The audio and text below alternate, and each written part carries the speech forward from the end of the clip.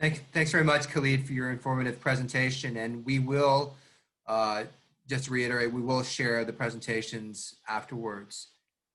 Our next panelist is Jill-Anne Spence. Jill-Anne is the manager of urban forestry for the City of London, and she's been in the arboriculture field for 20 years, managing urban forestry programs at different places, including the City of Calgary. Interesting fact, her favorite tree is the pawpaw. And with that, I'll turn that over to Jill-Anne.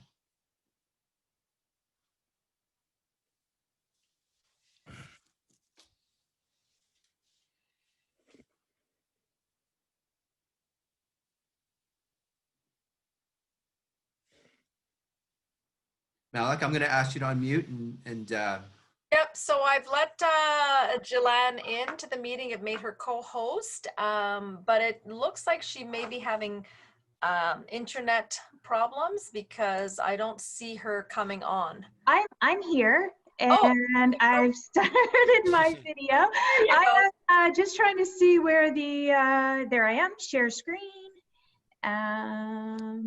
Perfect. Let's see. I'm in business? You are. You're in business. It looks great. Okay. We can hear you fine. Thank you, Jill-Anne. Thank you. Yeah, so I'm Jill-Anne Spence. I manage the urban forestry program here with the City of London. I hear there's lots of folks out there, so that's great.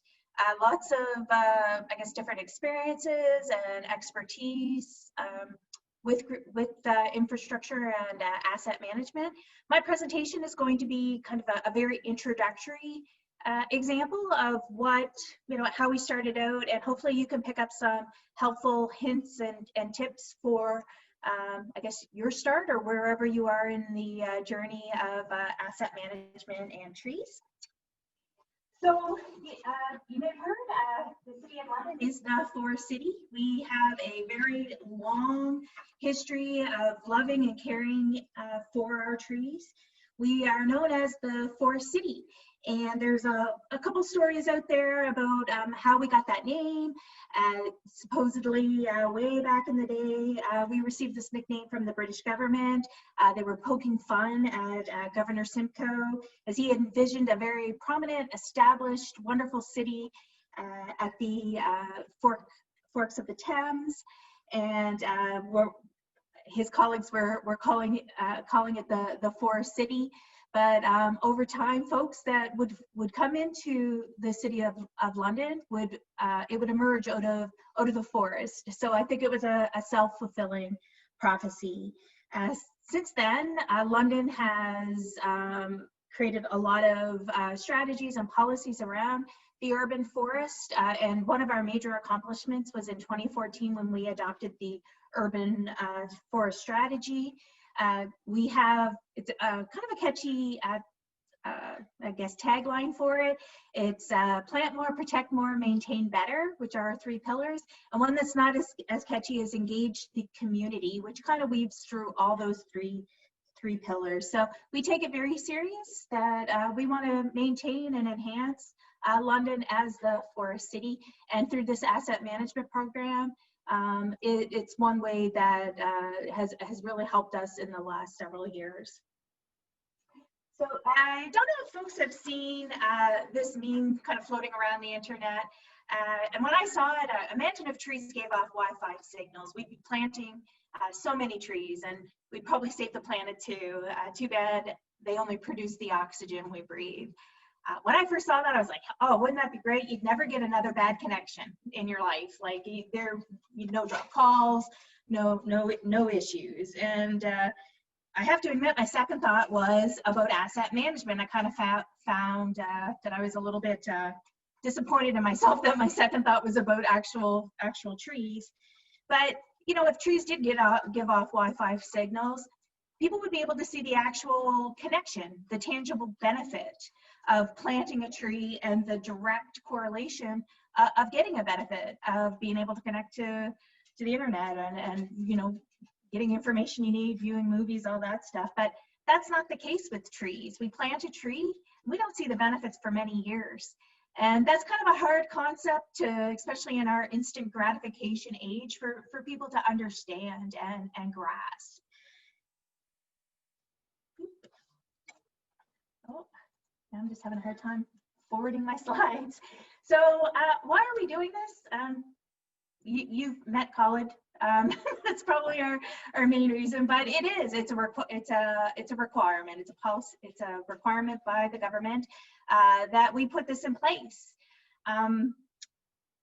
We are using this information to help us kind of create the same language. It's not necessarily apples to apples when you're comparing different types of infrastructure and assets. Here's an example with, we're within the engineering services, and roadside maintenance is the same group that we're all in. And you can see that this information is used to communicate, like what was just said, to senior leadership. This is our multi-budget plan that's 4 years. And we're basically telling the public where their taxes are going. And for roadway maintenance, it's 17 cents a day to make sure we have smooth and safe roads. And for urban forestry, it's 7 cents a day, or between $25 and $26 a year for the type of the current work and care that we do for our urban forests. Why it's not apples to apples is that trees appreciate over time and provide different types of benefits. And it's really challenging to kind of talk to folks about all the other things that trees do. But asset management is giving us a way to do that, and using funding and prioritizing resources as the language. Probably have seen this type of graphic in many different types of areas. Trees provide tons of different benefits.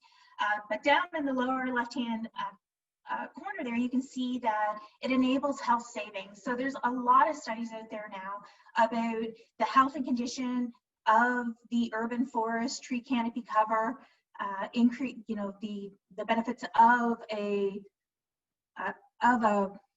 large, healthy canopy cover that has a direct impact on health incomes to communities that do have healthier, sustainable urban forests, and the stresses that are put on the health services in the community. So those are really important things to consider.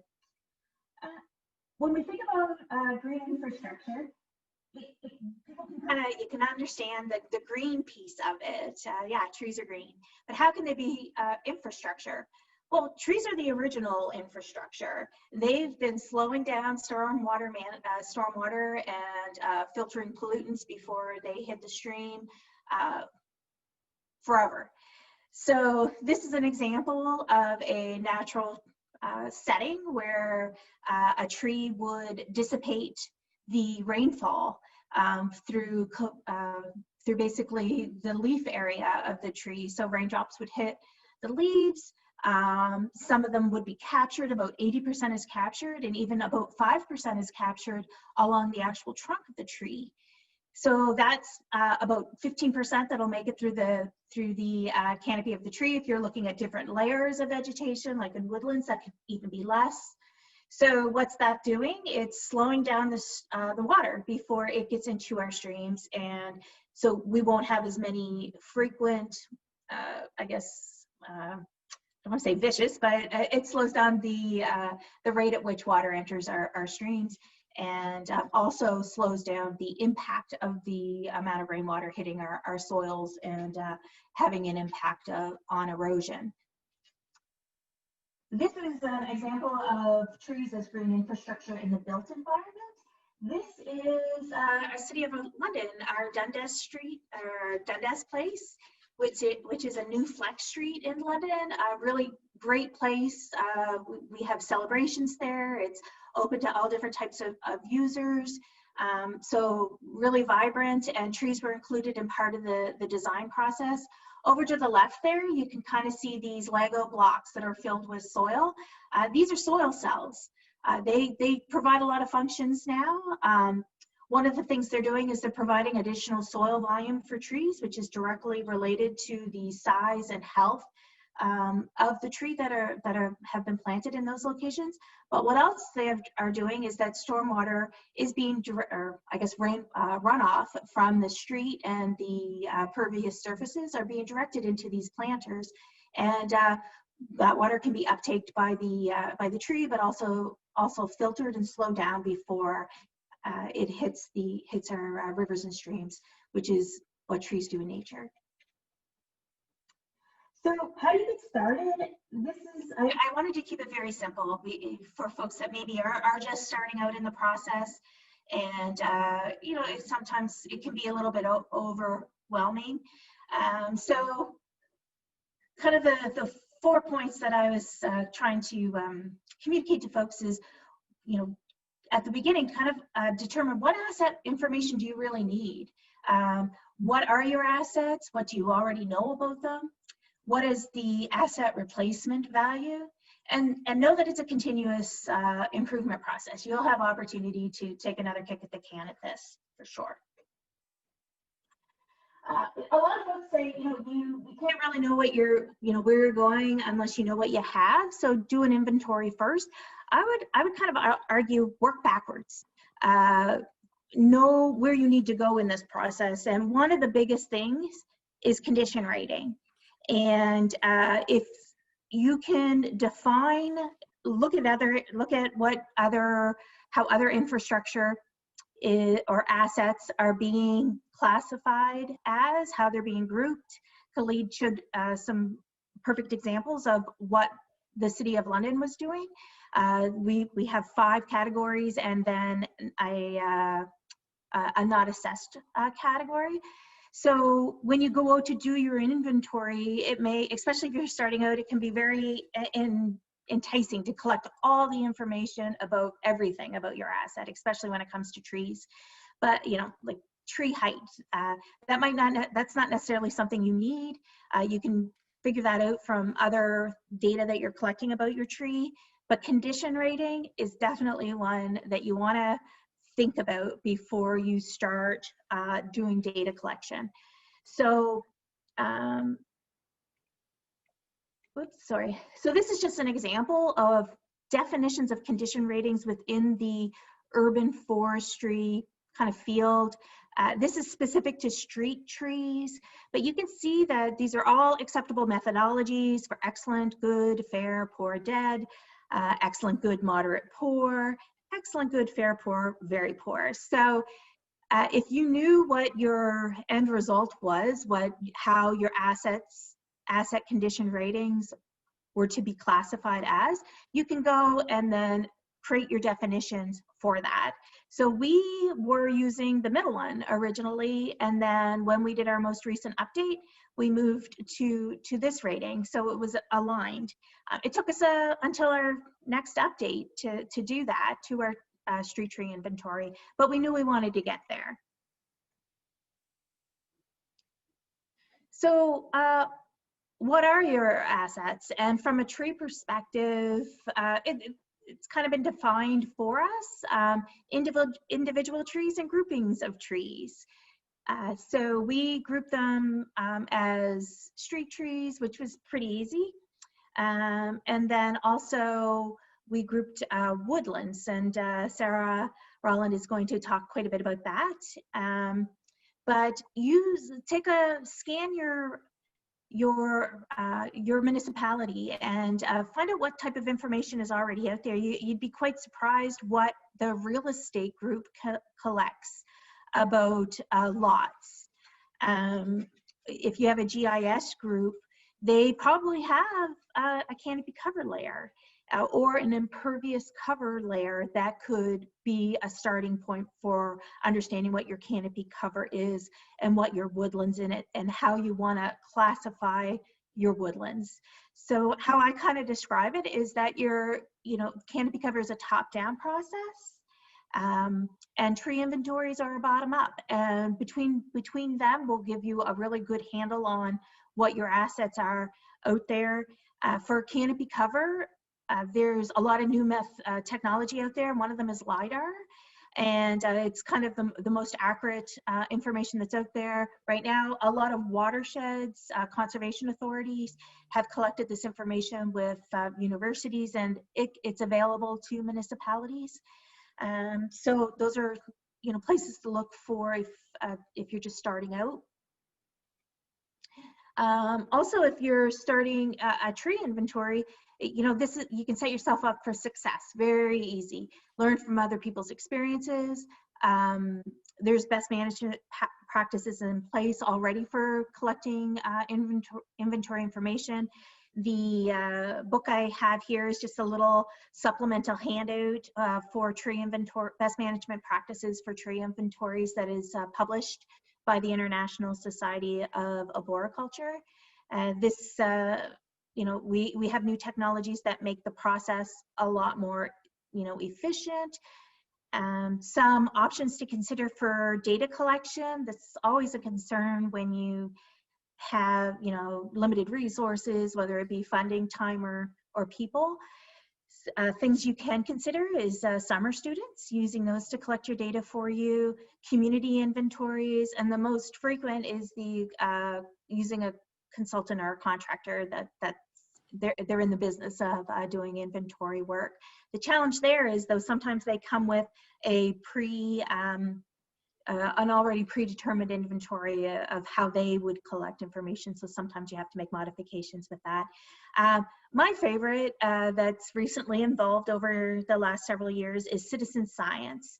And it's an open data platform where, you know, people in the community that are really interested about the information, such as, you know, entering tree data. And, you know, there's even some examples with the city of Calgary, the city of Edmonton, that have open data platforms for citizen scientists to enter information about identifying even things like animals that are utilizing certain like parks and things like that. So take a look at those. Those are really interesting.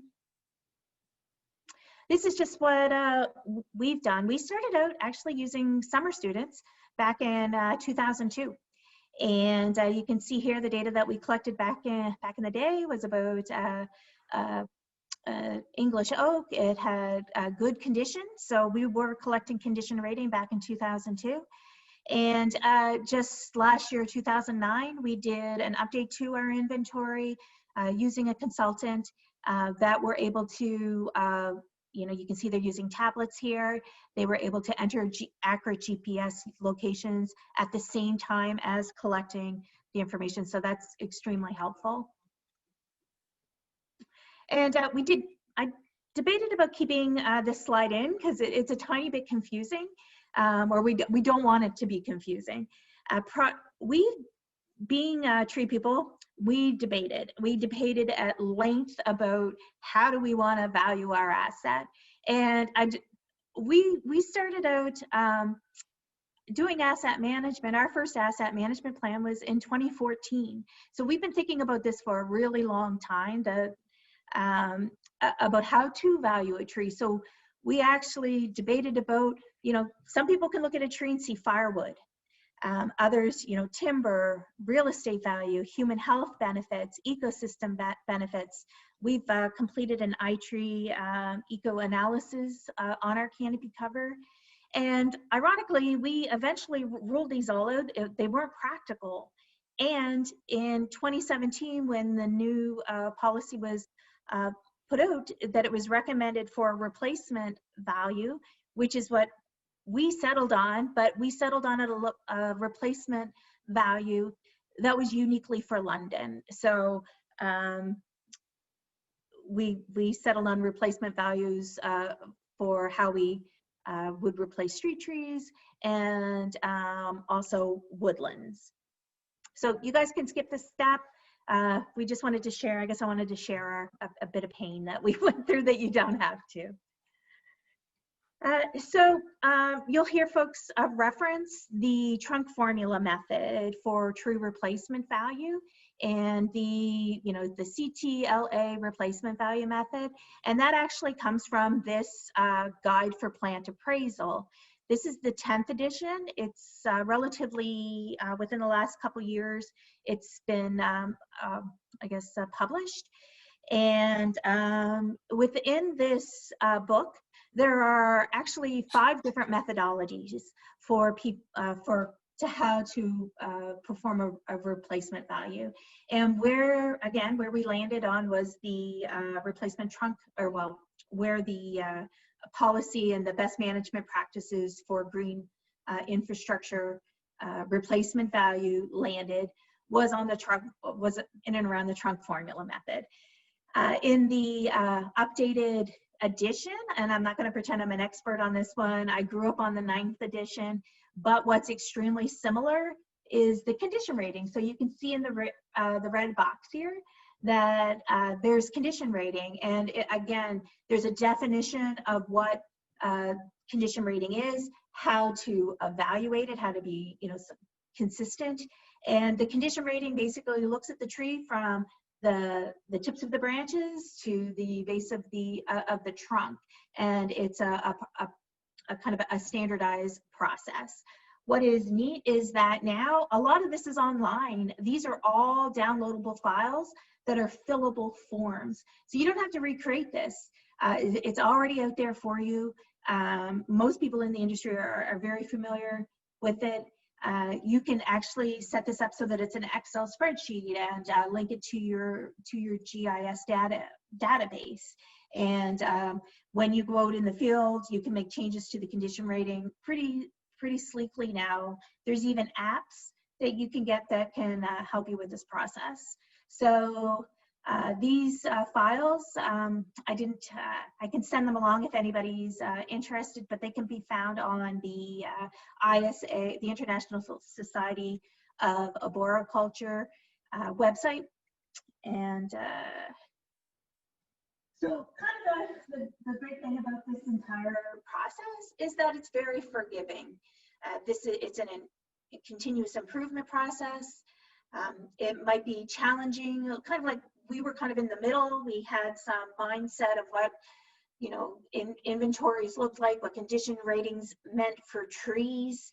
What condition rating means for trees is very different than what it would mean for what a park bench would be.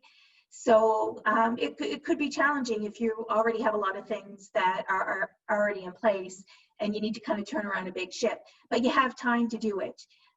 CAM is very forgiving. It's a new process. Plans are updated every 5 years. You'll be able to make modifications and improvements to what you're doing. Some of the things that we're trying to do, for example, Khalid provided the example that there's an infrastructure gap within urban forestry and an information gap as far as our condition ratings around woodlands. So we do have a woodland evaluation project that we're working on to meet those needs and tracking our new woodland work.